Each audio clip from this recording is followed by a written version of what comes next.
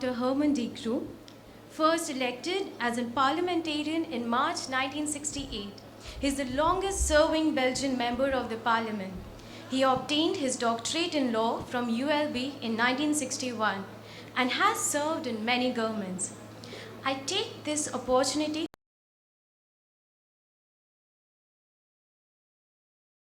C.S. Panda and Professor Subbarao to occupy their seats on the dais.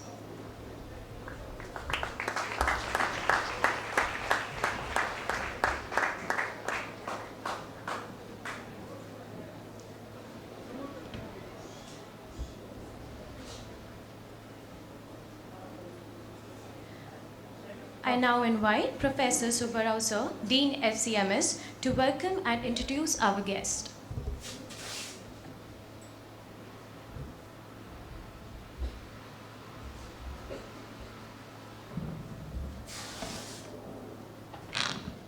Jai Gurudev. Jai Gurudev. Good morning. Welcome to all to this cordially inviting all the students, staff, teaching and non-teaching, and Honorable the Vice Chancellor, and mostly that the alumni of recently joined alumni of Sri Sri University, Dr. Herman Croo, and Mr. Ewald and Miss Leyen, and who are the working for the Gurudev Vision in the Europe. And I request all the faculty members, students must please sit in their respective chairs. It's a great privilege and opportunity for me to introduce a distinguished personality who is more than 52 years of experience in the Belgium and the European politics. Mr. Herman Croo was born on 12th August 1997 in Belgium and is a Belgian liberal politician.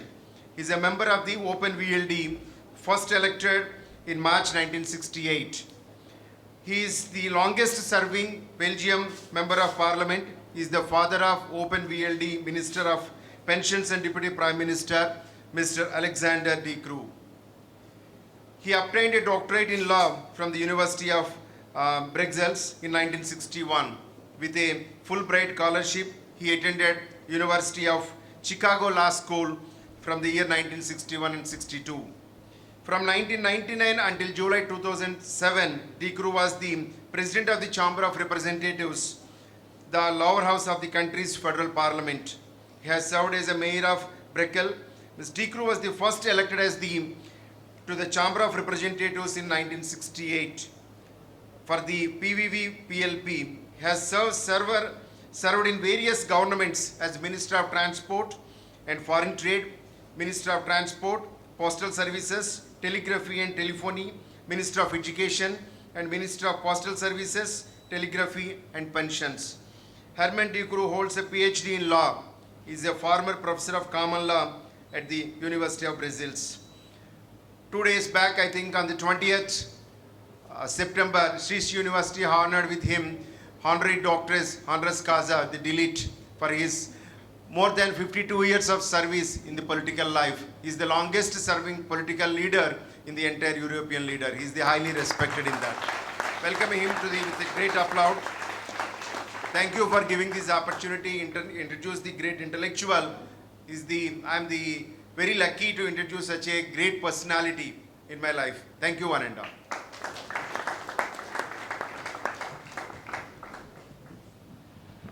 Well, good morning. I tried to imitate the Dean, but I don't have the local accent, so sorry for that. I must say you're a happy people. I was crisscross through the campus this morning with the architect. Extraordinary thing. It will be a landmark. It is yet one. But it is only the hardware we visit. You are the software of this university.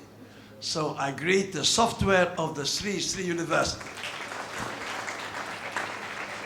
You know, I don't know if you are looking to athletics. I was at the Olympic Games of Atlanta some years ago, and I saw people winning the 100 meters. Do you know how many seconds he or she runs to cover the 100 meters? Does somebody knows how fast this is going? it must be between 9 or 10 seconds. So you see an athlete worldwide now running in front of you on the Olympic Games 10 seconds. And to have the fame of the world. If you ask the athlete, how many years, how many hours,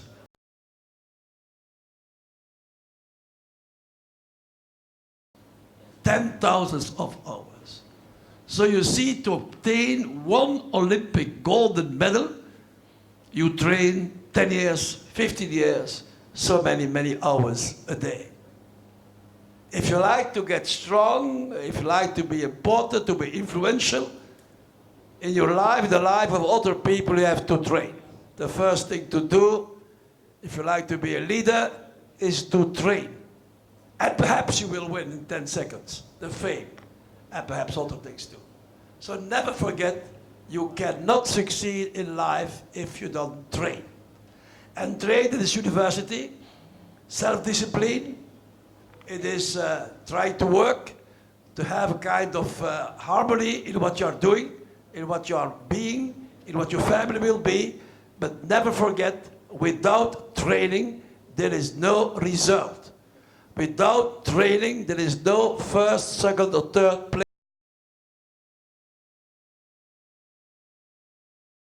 If you give you an example, I saw in Atlanta, it was a Belgian, winning a golden medal in swimming.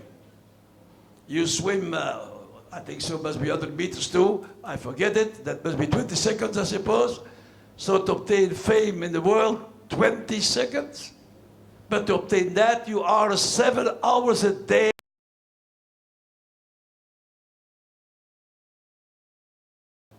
I don't ask you to be 7 hours a day in a swimming pool, but you will see that just try to keep in your mind is to work and to train and to do it on a professional way.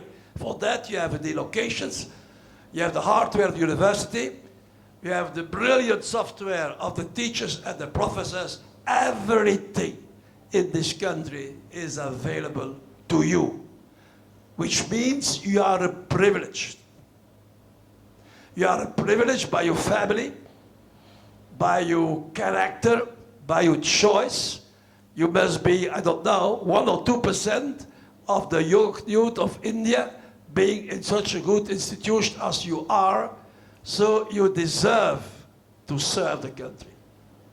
You cannot be at the university due to the efforts of your parents, but due to the efforts of the state. It could be the state of Orissa, it could be the state of great India. There's a lot of people paying for you to be here. And a lot of people paying for you to be here that don't send their kids to university. So you have a responsibility. You have a duty to the society. Not only to train to succeed, but you have also a kind of duty to the society. Because usually, even in my country, where almost, let us say, 25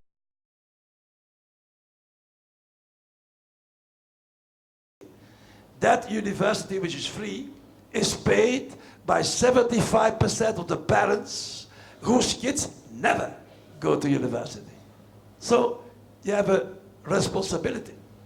You have a duty to society, a duty to the rest, I would say, the great rest of citizens.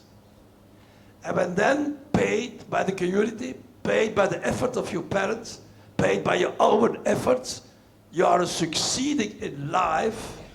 You may not forget, you are not the only one succeeding. Your choice, your career, the options you are taking are of utmost importance. You have to try to choose, and if it doesn't fit you, change. If you doesn't find in your professional life later the satisfaction you are expecting, change. Don't stay all your life in a job, in a function, which is not satisfying you. Because then you will be tortured twice, once by your job, and then every day by the unsatisfaction to be obliged to do it. Keep that in mind. And yesterday night we were on table with the vice president and with the dean, And I was a bit provocative, and I will try to be the same.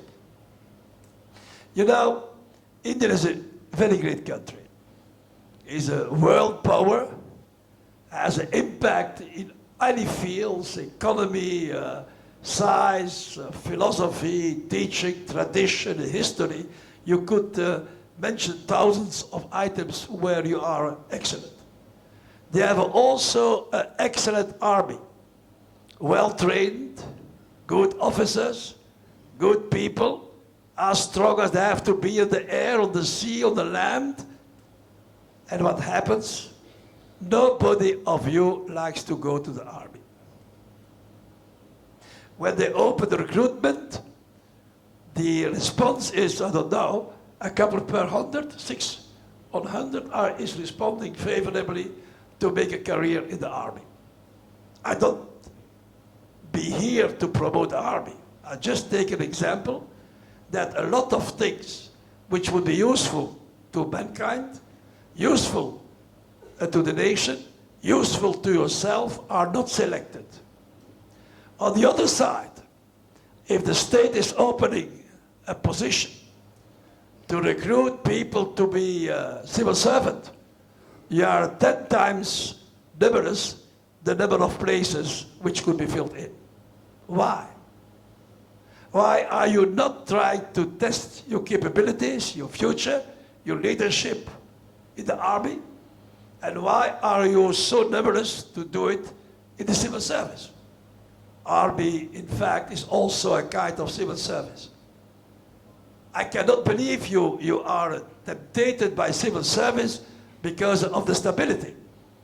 You cannot tell me that you are a generation unable to take risks, that you are young men and young ladies afraid to risk their career, afraid not to be paid for life until retirement by a fixed employer called the Indian state or the states of India. So why, if you think, are there 10 times, 20 times less jobs opportunities in the public recruitment for a state job in comparison to the candidates, and just the opposite for a state job also called Army, Navy, or Air Force? Would it be because you like stability? You are afraid of risk-taking?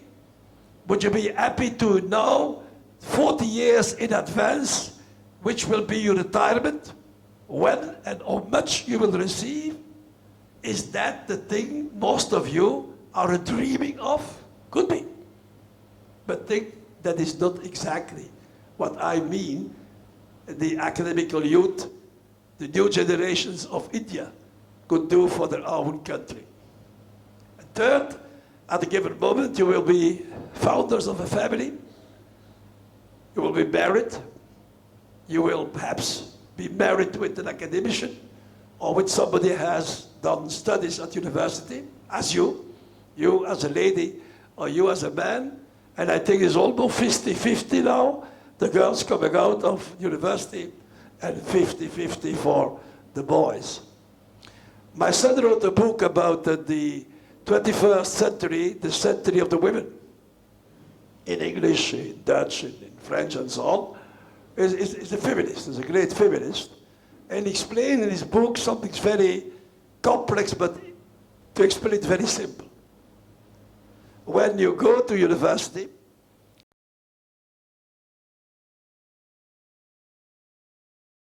and 50% will be females, just to make it easy. But the man will produce all their life to the services of the state, of the army, of the private employer, of the banks, of the business, any kind you could choose, and they will fulfill the investment which their parents, society, the whole country has done in them. So their return, I would say, in brutto national product will be 100%. But the ladies who have the same formation, the same capability, the same intellectual drive, the same potentialities, they will only produce, if I can say that in a very, very hard term, 50% of the PNB for their role, 75, 60%.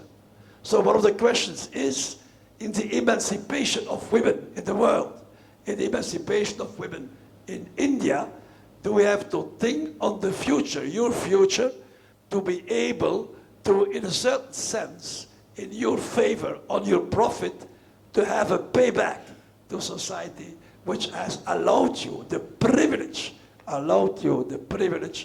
to be a student of a great university, to have degrees of an exceptional institution, and to walk in professional life, it could be state or private, with all the chances to fulfill your career.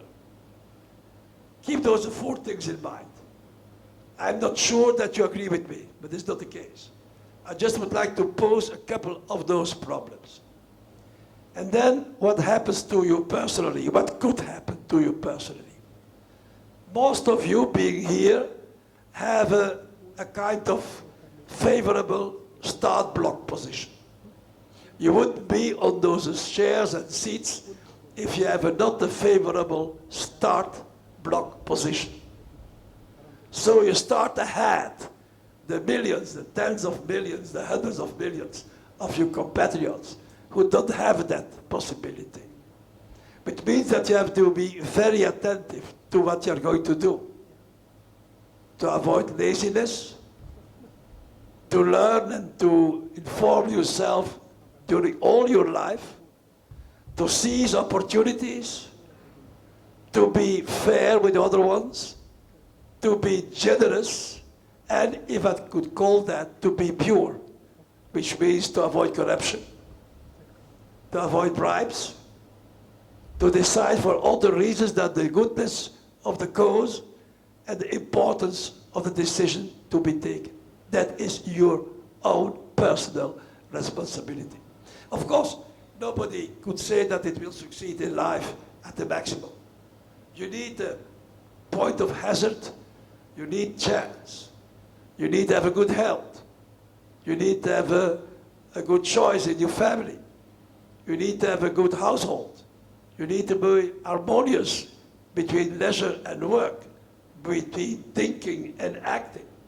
And I believe the reason to choose this university is because one of the few universities in this country, perhaps in the world, is trying to balance out the knowledge you need to have to succeed in your career and the knowledge you need to have to succeed in your life.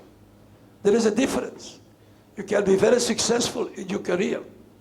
You can be a prominent doctor. You can be an exceptional businessman. You can be fantastic women teaching or working at the highest level, but you could be deeply unhappy. You could be unhappy because your relation isn't working, because your children are not giving the satisfaction you can expect, because your parents, your family has a problem.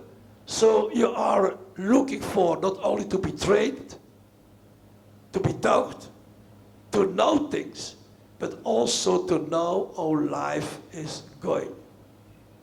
And as I told you at the beginning, that to be successful in the Olympic Games, in any game, you have to train.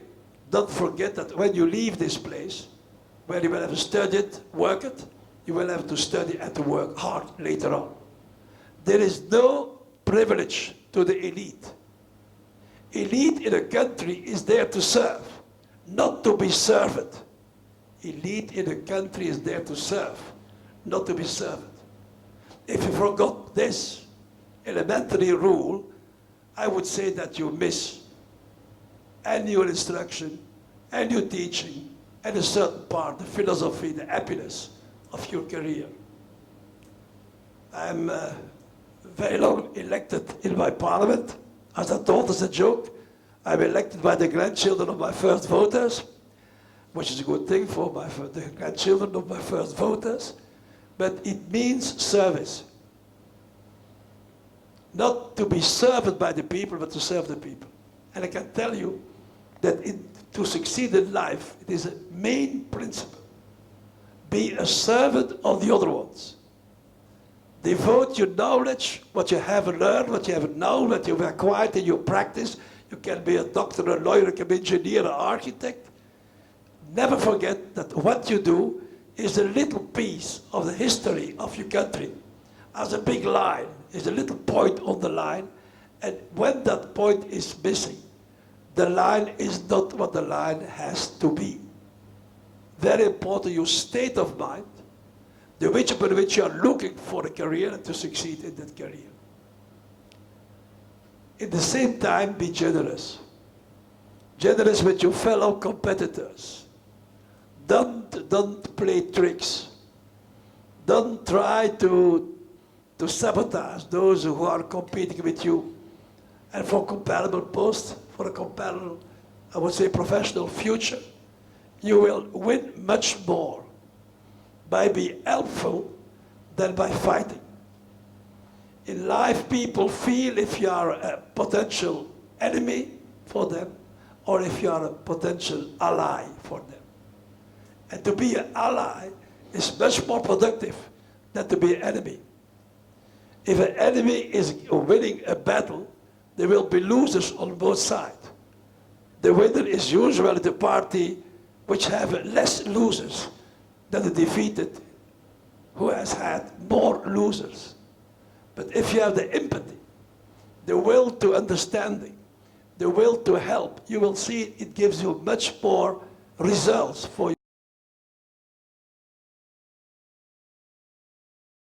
You are egoistic. When you try to attract everything to you, you don't survive very long in a prosperous career. I know the average duration of my fellow politicians is 10 to 12 years.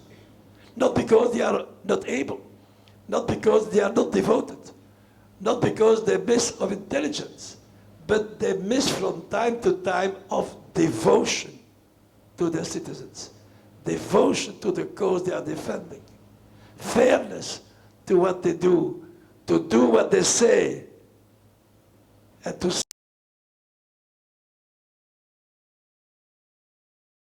fashion the rules, but they are real. And what is important, that the public at large, the anonymous mass of people, they smell if you are of that kind or if you are not of that kind. So I would say success is in your hands if you know how to manage it. Success is yours if you know how you master yourself.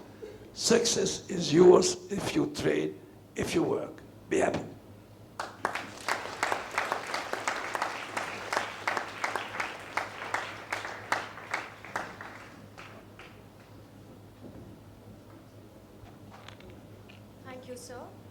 Thank you, sir, for the wonderful talk.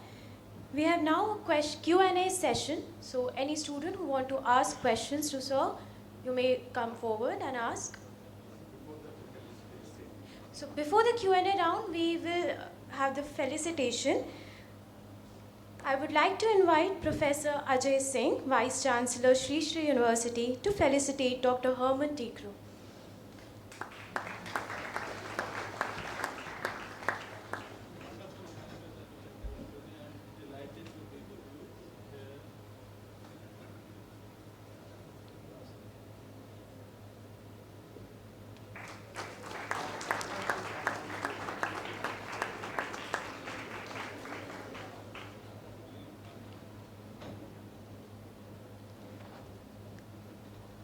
Thank you, sir. So, anyone who would like to ask question?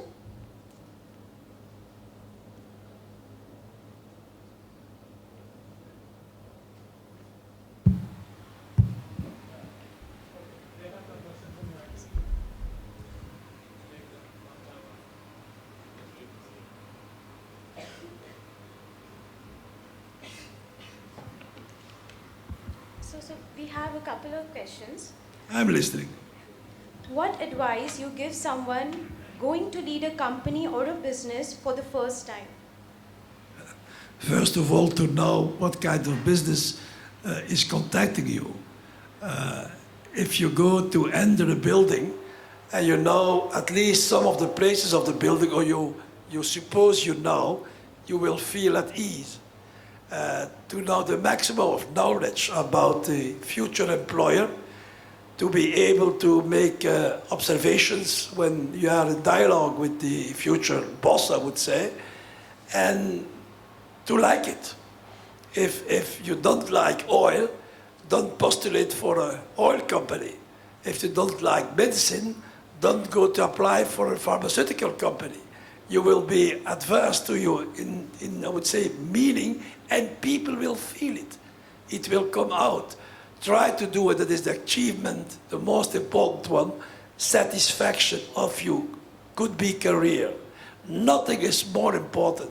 Nothing motivates you to more work and study if you enjoy what you do. I told as a joke, in all my life, madam, I only abide to two people. And I will try to guess if you can guess the two people to whom I buy. To my hairdresser and to the photograph. The only ones. Next question. Respected sir, how can one say true to their values and believe in a corrupt system? I don't understand exactly the question. What would you repeat? Because I'll just repeat.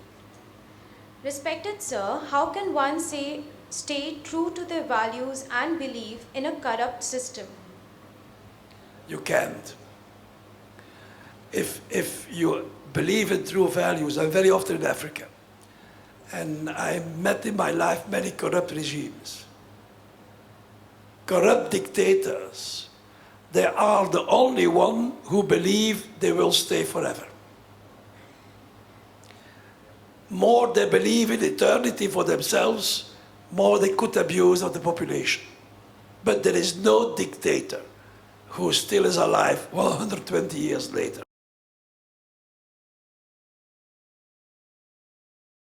The first thing is also that people who will know that you are corrupt, that you're cheating them, will take one day revenge, and right they are. So never start, even with the smallest of your fingers, to get in corruption. Even if they explain it could be better for the people. Corruption is bad for the people. Corruption is stealing money for the people. And corruption in democracy is cheating public opinion and voters. Next question. Is democracy the best form of governance? What can be a better form? Well, real democracy is a good form, but I will tell you there are many systems in democracy. I will take two, not extremes, but two systems. You know some things about election, I suppose. I was elected 22 times, so I suppose I know some things about election. But you have two main systems in the world, and they are both democratic. If you take the British system, where you have a small constituency with one woman or one man elected, you have two major parties. I would say, to make it very simple, the black and the whites. And in parliament, you have a confrontation attitude. You are anti or pro. This is a democratic system. You have, comparably speaking, the same in the United States of America. If you know it, the proportional system, which means what we have in the Netherlands, in Belgium, in France, in Italy, less in France, in Italy, in Germany, you have a list, a long list, of which people is elected following their success in between the voters. This means that you need a coalition government. Never in a proportional electoral system there will be one party winning and one party losing.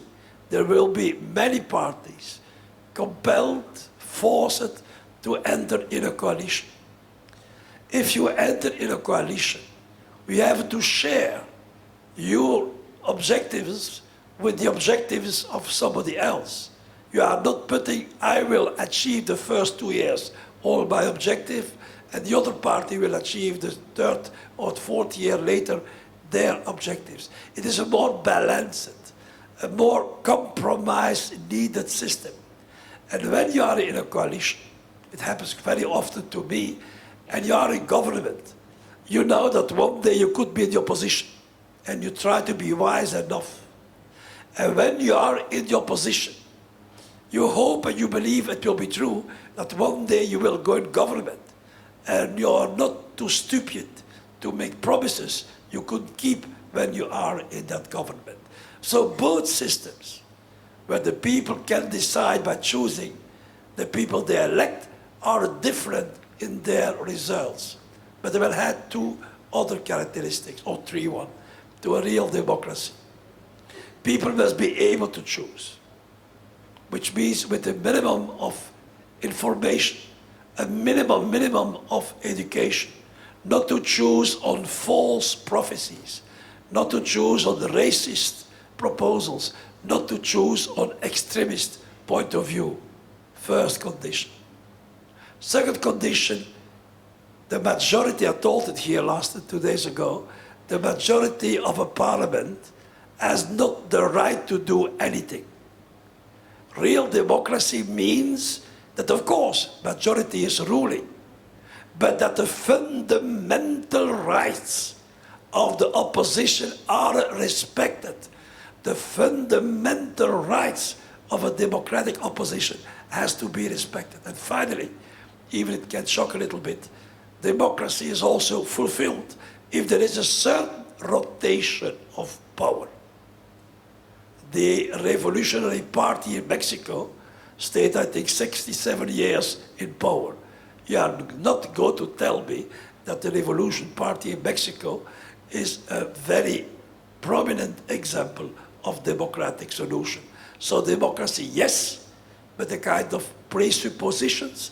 Democracy has to be defended. It starts to be slowly a minority regime on the face of the world.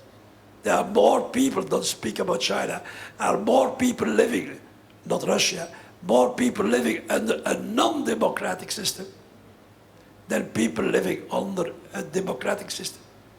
And in the time of the history of the world, it could be, if we are not careful, that democracy could be a temporary system.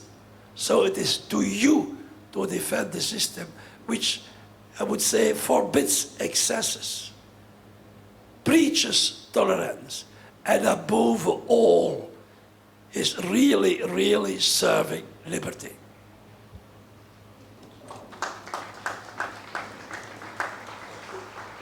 Next question.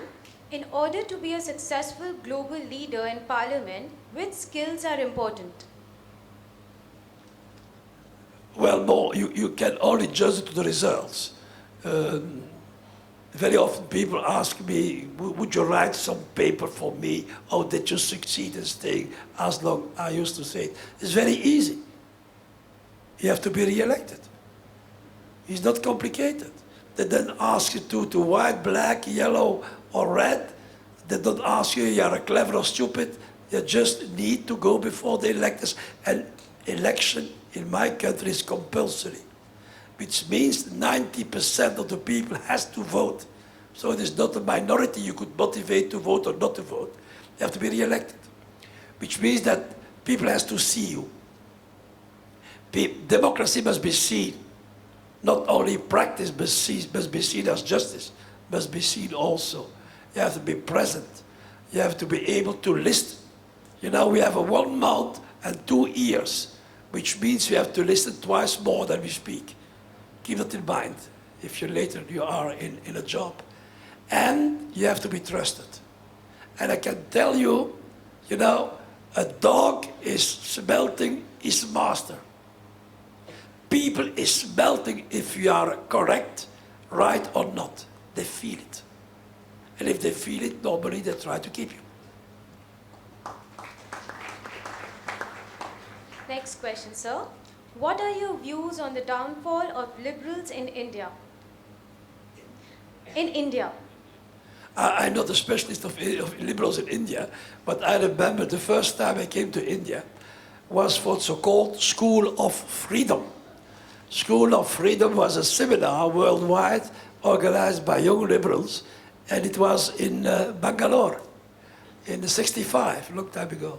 And I would say the dean of that faculty of School of Freedom was Professor Einaudi. Professor Einaudi was the first or the second president after the war of the Republic of Italy. There was also a period where I came, I'm looking for people from Bombay here, yes, from Mumbai. I was driving with a deux chevaux, quite rare, in 5 days, coming back from Bangalore to Mumbai. I never saw so many holy cows in my life as on those 5 days. Next question, sir. Sometimes we find it hard to deal with our failures and lose our confidence. How to stay motivated and consistent in our work at that point of time? Keep your pledge. There are two kinds of people. People when they say yes, you trust. And people when they say yes, you don't. People when they say no, you are not sure. People when they say no, you are sure. Try to be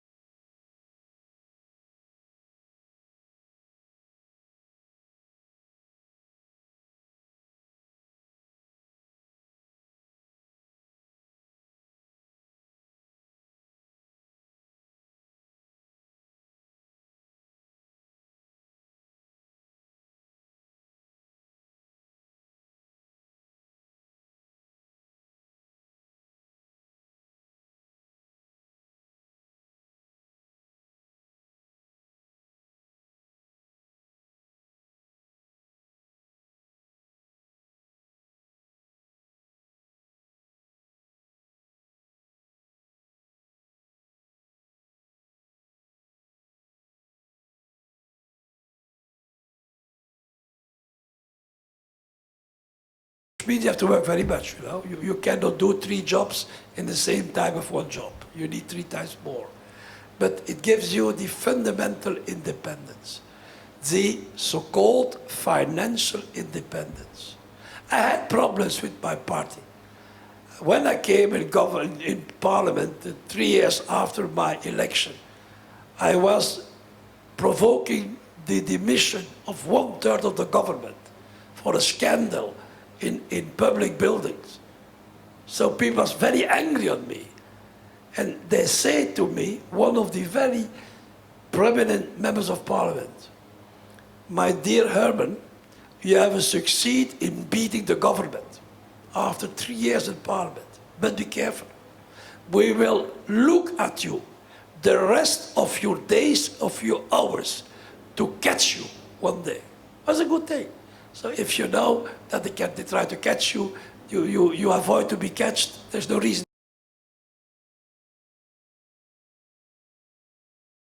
Free, mentally, to be free as much as you can financially. If you live from the hands of your party boss, I was party leader for many years. If you have to eat from the hands of your party, you are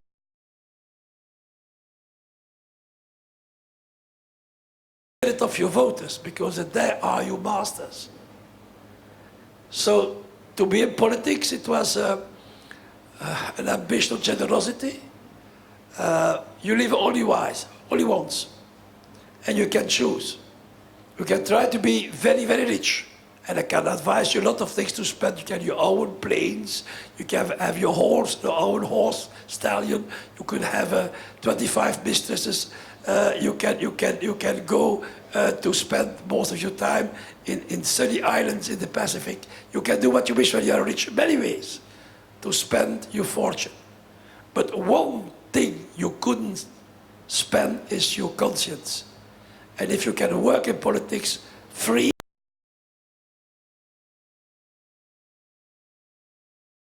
or cricket or baseball, I am in a team. I'm not going to shoot and to make own goals. I play with the team. But I play with the team as long as the team is playing in the right direction. If it is not playing in the right direction, I leave the field and I go outside the field. It needs conviction, it needs strength, it needs democratic power, and I can tell you, when you can help people with them, that is the final reason. There is a lot of people the state doesn't know. A lot of people unable to be helped by the institutions because the laws are too complex, are too far away from the people, are too distant, are too bureaucratic. And if you can help people really, honestly, I have voters telling me, it's very moving, telling me last election, I'm voting for you, young man of 20, 25, because my grandfather on his dying bed, or dying in his bed, said, Victor, promise me all your life you are going to vote for Herman. Such things, you not invent them. They are the extraordinary emotional reality. There are many reasons to be in politics. Next question, sir. What policy do you believe should a country frame to involve or encourage participation for its military? Military is, in my perception, the right arm of civil government. Military is not the boss of civil government. Military has a civic duty to defend the values of his country, to act to defend the citizens, among them the most weakest. Military may not be an instrument of abusing of any power. And I believe military has to be, well, in a certain sense, a civilian institution, which means that it serves the country.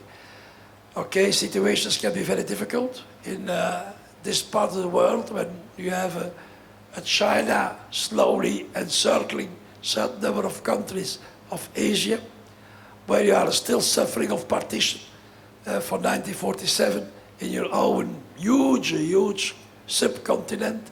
It is easy to speak about that, but difficult to realize.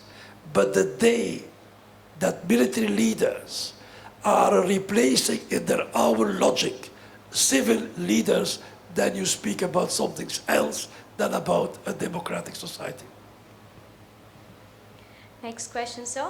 You were gloriously elected as a member of Belgian Parliament for more than 2 decades. What changes and trends have you seen in the citizens and their ideologies, expectations from the government?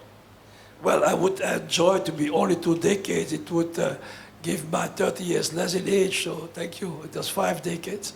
But what is important, what strikes me, but I speak about the European microcosm. Don't speak about your country, don't know it enough. First of all, the flashy conduct of politics. Everything is in the title of the newspaper, in the quickness of the so-called decision, which is forgotten 2 days later, the acceleration of quickness of communication, the, I would say, impossible desire to come every day with something new, to be the I would say, the permanent healer of all the evils of your society, to be sold on the market of public opinion every day. That's a change. 2, the impact of mass media, which is a consequence of the first one. Mass media is making or unmaking politicians. And even if I believe journalists are clever people, I'm not always impressed by that kind of clever people. 3rd, social media. Social media is the big game changer, which we didn't have it 10 years ago.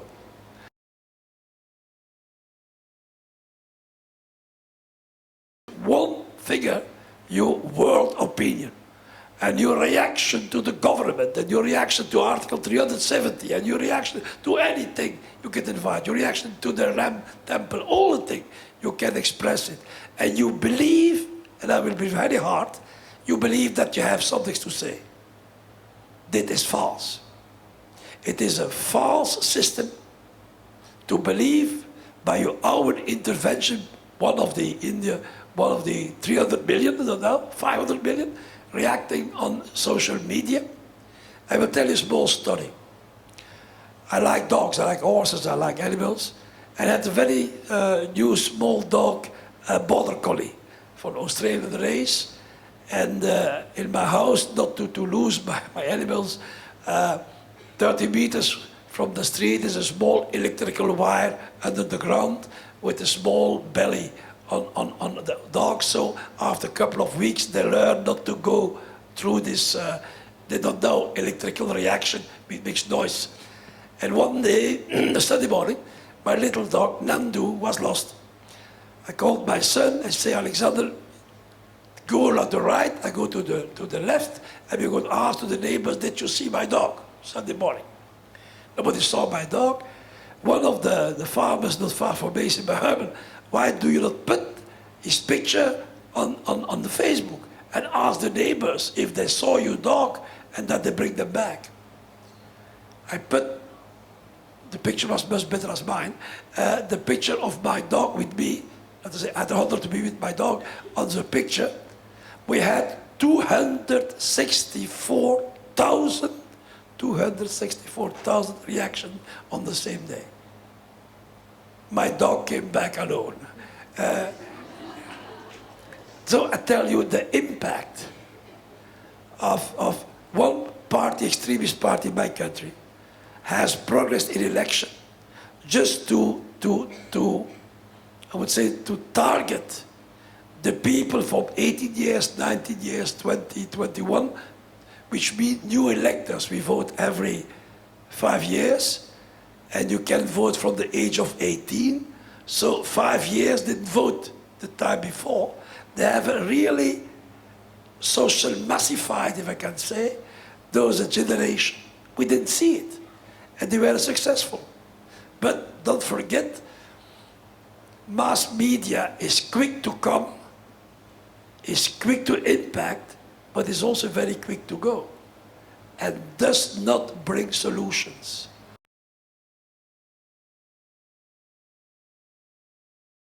Lost regarding the real sense of society. We are once again believing in the false prophets, saying strong power is your welfare. One force, was all the dictators say, one country, one money, one party. We know what happens to the Nazis and Hitler in Europe. There is a kind of oversimplification that more the problems are becoming complex, and they are complex. More and more they deserve reflection and also the will to solve.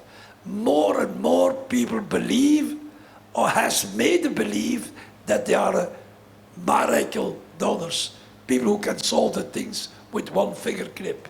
That is the falsification of democratic politics. And we have to be aware of that. And finally, to resist to any racism. Racism is to believe that because your color is this, you are different. Racists believe because your accent is such, you are different. We all are human beings. And that is a major rules we may not handicap in our society.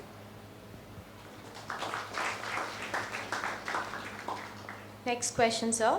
So we have a couple of questions on how to win the trust of people who have different ideologies.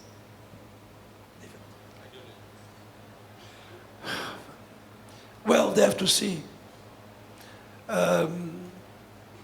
You know, if you behave differently the way you are, people will know, will feel it. If they like the style you have and you keep that, you are natural, you are not artificial, they will feel it. So if you believe you go enter in politics just because you make a choice, you select the party, you are expecting the return back of the opposition of today and or the maintenance of the power of today in a given country. You make an investment in politics, you will fail. It is a delicate job because you deal only with one substance, only one, human beings. All the rest you deal with chemical things, with masonry, with stones, with paper, with machines, with looms, but in politics you deal with human beings. It's the most delicate, the most articulated product, if I can say that, which exists on earth. And that is, you need a bit talent, you need a bit enthusiasm, you need a bit trust. Next question, sir. How to choose a party to vote for when both have more flaws than good? What should be the key factors one should look for before voting? Well, it is told to me that people like to be cheated, and when I look to some results, I believe it is true. You know, when you are on the market, I suppose, and you sell a product, you are got not to say, be careful, my product is not perfect, there are some defaults, it is not finally approved, you'll say it is the best product, it smells nice, it looks nice, if you take it, you will be happy forever, you will selling only the qualities of the product. People know very well that is not true. But because everybody is doing the same thing, you have to select between, I would say, 4, 5, 10 sellers, knowing who is the most trustworthy of the 10. And finally, you are disappointed. More and more people doesn't go to vote. More and more people believe it is not a word to influence. My selection is a fake selection. Things are arranged behind the curtains. It is a permanent effort. Democracy is not the thing you start and you write Article 1, my country is a democracy. No, you have to write it every morning, my country is a democracy. And I believe that parties, due to the technology, due to the marketeers, due to the publicity officers, due to the psychology to select the color, the name, the title, the slogan, is in a certain sense regarding electors as a product which you can manipulate. And if you do that for many decades, the product will explode. And it will be the head of your democracy. There's a permanent humility to accept not one master, but to accept billions of masters and to respect them. Next question, sir. What advice would you give to someone who is dreaming forward to make a change in India? To change himself or herself to start with. If you like to change other ones, do what you preach. To start. If you are unable, stop. Don't do it.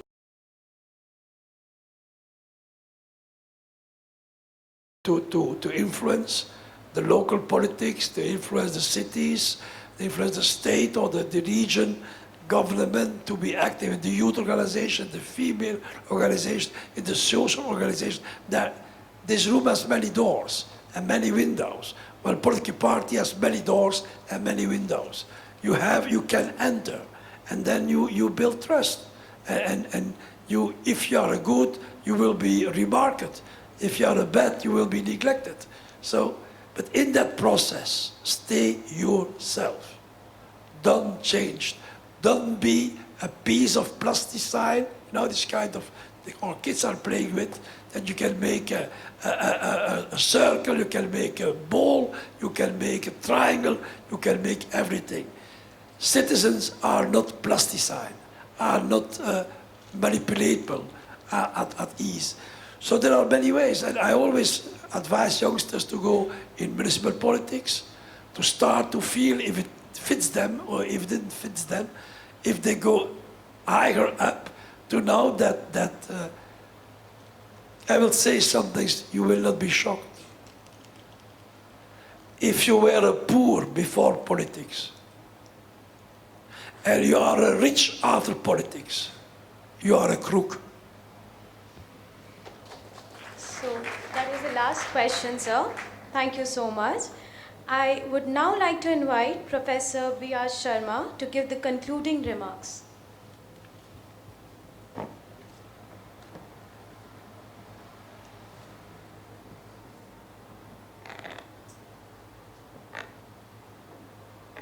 Respected Dr. Croo, dignitaries on the dais, my colleagues and student friends. The last question, how to change the world? And rightly he has answered that if you are interested to change the world, first and foremost is you have to change yourself. So, the leader is one who not only shows the path, but follows the path, lives that path. Then only one can become a leader. Right from the beginning when I was listening him, not only today, for the 3 days continuously I am listening to him. And yesterday while in the dinner, I was telling that whatever you are speaking, it is there in our scripture. Because I am a man of tradition, and whenever you talk, I am correlating the things, with our scripture.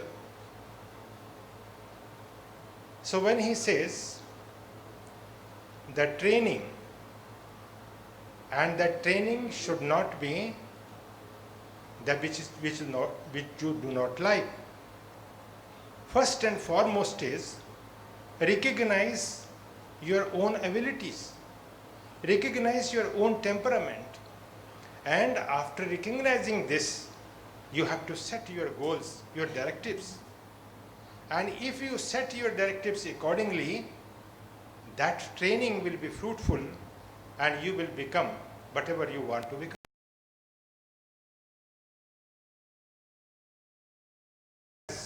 Given indirectly the time management. He is a senior old man.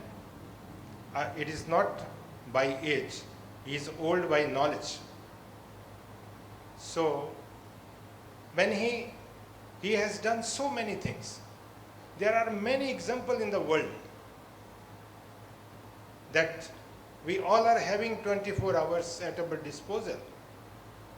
But the way these people are using these 24 hours and the way we are using this 24 hours, it depends. If you want to be successful, excellent in your life, then you have to learn to make use of the time, how to manage your time.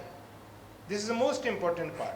These people, they are not becoming the global leader overnight. There's no elevator to the success.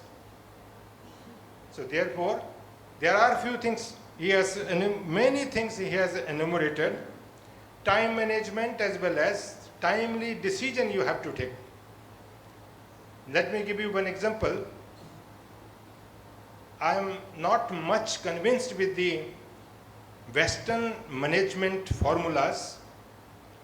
I am really convinced with the formulas mentioned in our scripture, Indian scripture. When this bar was imposed upon Pandavas, and there was a time to choose, the Duryodhana was a freedom to choose whatever you want to choose. So the Duryodhana chosen the army and Arjuna chosen the Lord Krishna. So the leader is one who senses in advance what is to be done and what not to be done. And the result is in front of you. When he chosen the army, he was having in his mind that if he is having this Bhisham Pitamaha or other armies, then he will be successful. But Arjuna chosen the Lord Krishna only. He was knowing that there are two types of sampatti, in Bhagavad Gita. So as he mentioned, you are following these virtues in your life, then only you will be successful. So that is what he is talking about, the Devi Sampad, which is expressed, which is narrated in Bhagavad Gita. And the other part is Asuri Sampada. If he is talking about the democracy, you should respect even the opposition. Whatever the opposition in front of you, you must learn to respect them also. Because time to time, whenever they are taking their points, you can learn that, and accordingly you can improve yourself. So many things he has said. There's not much time to contemplate or concentrate or to discuss. He has mentioned specifically the egoistic behavior in the politics. It is not. It is, in my words, if I say, it is Asuri Sampada. Asuri Sampada will not be successful. Somewhere or other, even Chanakya says in his Chanakya Niti, he says there are three types of people. Some of them, they start their work, they do not start their work because there is a fear of failure, and they do not start. Second type of people, they start immediately. Impulsive people, they start their work immediately, but whenever there is an obstacle in their path, they leave that and they go away. But other one, like Dr. Croo, they start the job and end the job. So their formula is do or die. Those who are having this kind of attitude can become a global leader. Otherwise, it is very difficult. I will not take much of your time. Only 2-3 things.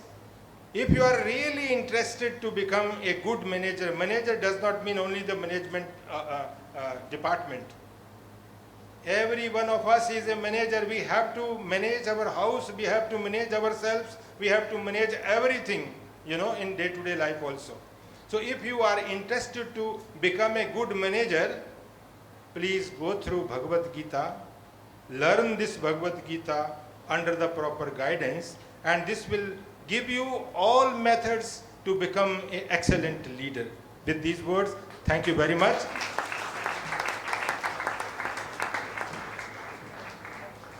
Thank you, sir. I now invite Captain C.S. Panda to deliver the vote of thanks.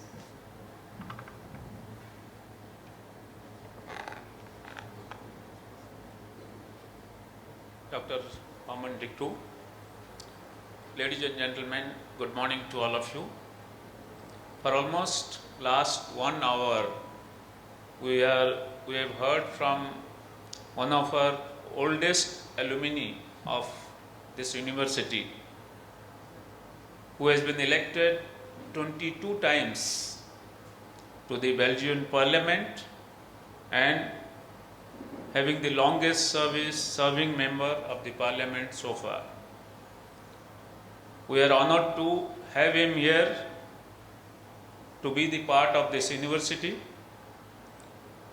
During his talk, he has highlighted us what is the role of a leader and the work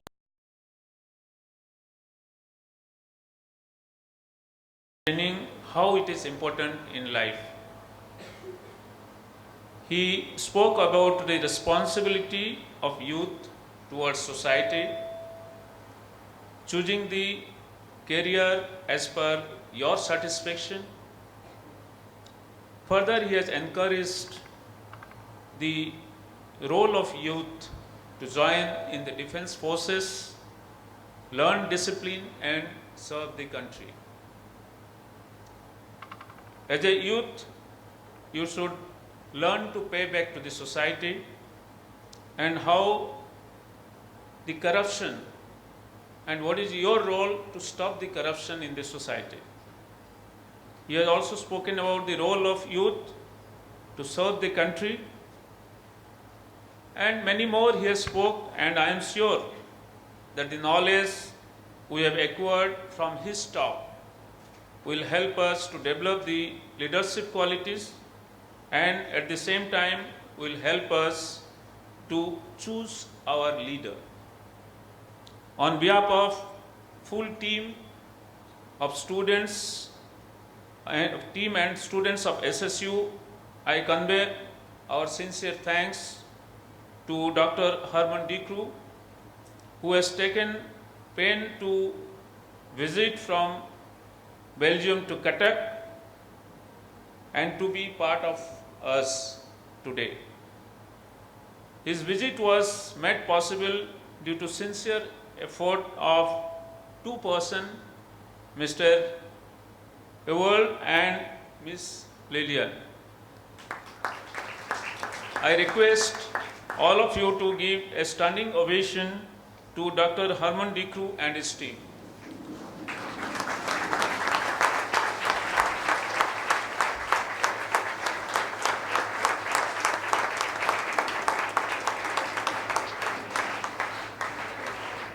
Thank you very much.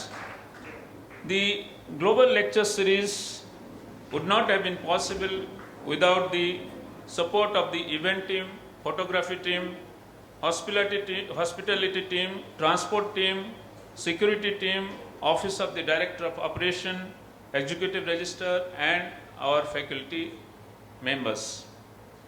I convey my sincere thanks to all the members of the team. The talk of this scale would not have been possible without the support of our dear students who are the part of this SSU and other staffs. I convey my heartfelt thanks to one and all. Thank you once again, and Jai Hind.